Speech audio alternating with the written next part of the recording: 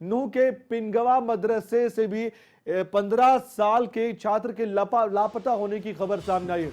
ये छात्र लापता बताया गया है और वहीं जानकारी है कि ममालिका गांव का रहने वाला है लापता मोहम्मद मकसूद, जिसकी उम्र 15 साल है।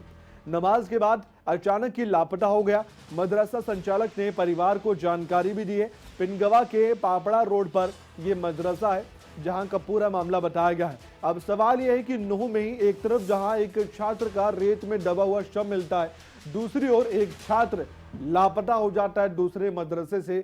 क्या इसका आपस में कोई कनेक्शन हो सकता है?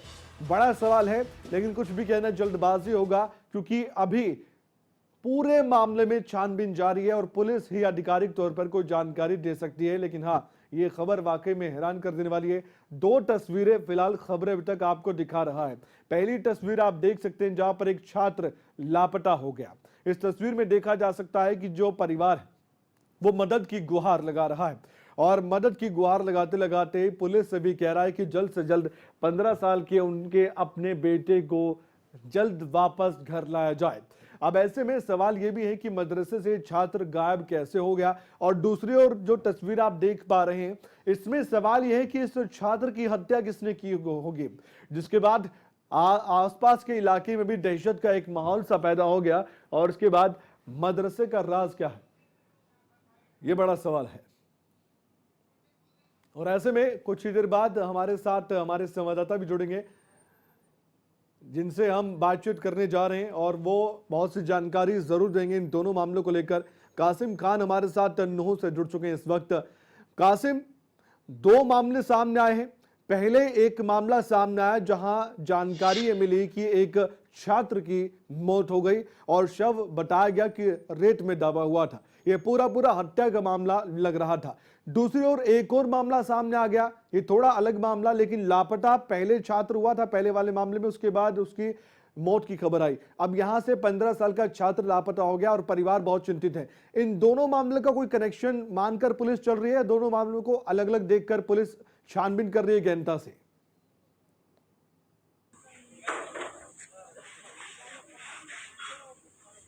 देखिए कमल, हम अपने दर्शकों को बता दें कि लगातार 2 दिन में 2 मदरसों के मामले सामने आए हैं। पहला जो मामला है वो साहद चोखा गांव के मदरसे से सामने आया है। साहद चोखा गांव का ये बड़ा मदरसा है और बहुत लंबे समय से दादा साहद चोखा की दरगाह पर ये मदरसा चल रहा था। इस मदरसे से 11 साल का एक बच्चा 3 दिन पहले लापता होता है और फिर उसका जो शव है वो वहीं पर एक बेसमेंट के कमरे से बरामद होता है। जैसे ही ये खबर इलाके में लगती है तो लोगों का हुजूम वहाँ पर उमड़ पड़ता है। पुलिस प्रशासन भी वहाँ के लिए आनन फानन में रवाना हो जाता है। एडिशनल एसपी ऊषा कुंडू खुद वहाँ पर पहुँचती हैं और रेत में दबे छात्र के शव को निकाला जाता है और पोस्टमार्टम के लिए उसे अल आफिया सामान्य अस्पताल मांडीखेड़ा में पहुँचाया जाता है। इस खबर को अभी चंद घंटे बीते थे कि जहाँ हम अभी इस समय मौजूद हैं, हम पिनगवा कस्बे में मौजूद हैं, जहाँ से 15 साल का एक छात्र गायब हुआ है। हम अपने दर्शकों को दिखाना चाहेंगे, यही वो मदरसा है, मदरसा तुल मदीना। ये पिनगवा कस्बे में है, पापड़ा रोड पर ये मदरसा है। यहीं से एक 15 साल का बच्चा गायब होता है जो मामलिका गांव का रहने वाला बताया जा रहा है। आज सुबह ही इस मदरसे के जो इमाम हैं और बच्चे के जो माता पिता हैं वो मीडिया कर्मियों के पास पहुंचते हैं और इस बात की सूचना देते हैं कि यहाँ से एक 15 साझेदारियों में और मिलने वालों को यहाँ खोजा गया है, लेकिन अभी तक भी बच्चे का कोई पता यहाँ पर नहीं चल पाया है। तो लगातार 2 दिनों में मदरसों से ये 2 मामले सामने आने के बाद कहीं ना कहीं सवाल खड़े हो रहे हैं। पुलिस दोनों मामले की अलग अलग एंगल से जांच कर रही है, क्योंकि जो साहद चोखा गांव के मदरसे का मामला है, जो समीर नाम का छात्र था, 11 साल का था, टेढ़ गांव का रहने वाला था, उसकी अब मौत हो चुकी है और उसके पोस्टमार्टम की प्रक्रिया फिलहाल अल आफिया सामान्य अस्पताल मांडीखेड़ा में चल रही है। कल उसका पोस्टमार्टम देर शाम होने की वजह से नहीं हो पाया था, बोर्ड द्वारा पोस्टमार्टम किया जाएगा। जैसे ही ये खबर थोड़ी सी ठंडी पड़ती है, चंद घंटे इस मामले में बीतते हैं, तो अगली एक खबर सामने आ जाती है। ये मदरसा पिनगवा में मौजूद है, मदरसातुल मदीना। मदरसातुल मदीना ये मदरसा है और ये पिनगवा कस्बे में मौजूद है, पापड़ा रोड के ऊपर मौजूद है। इससे एक 15 साल का जो बच्चा है वो गायब होता है और वो बच्चा मामलिका गांव का रहने वाला है। अभी तक उसका कोई सुराग नहीं लग पाया है। मदरसा चलाने वाले हैं जो यहाँ पर मौजूद रहते हैं, कासिम, उनका क्या कहना है? क्या ये कंफर्म है कि मदरसे में जाकर ये बच्चा वहां पर पढ़ रहा था और उसके बाद ही गायब हुआ है या घर जाते हुए गायब हुआ है, कैसे लापता हुआ है, पूरी जानकारी दीजिए एक बार। और आसपास कोई लोग मौजूद हो जो इस मदरसे से संबंधित हो, उनसे भी आप बातचीत कर सकते हैं। देखिए, मदरसे की अगर हम बात करें तो मदरसे में अभी गेट लगा हुआ है। हम तस्वीरों में आपको और दर्शकों को दिखा रहे हैं। जहां तक गायब होने की बात है तो मदरसे के संचालक और उसके माता पिता ने बताया कि वो बच्चा इसी मदरसे में पढ़ता था। पिनगवा कस्बे में ये मदरसा मौजूद है और यहीं से वो बच्चा गायब हुआ है। गायब होने की सूचना मदरसे के द्वारा बच्चे के परिजनों को दी जा चुकी थी। मदरसे के संचालकों के साथ साथ परिजनों ने भी इस बच्चे को खोजने की भरपूर कोशिश की है। कई दिन पहले से ये बच्चा गायब है।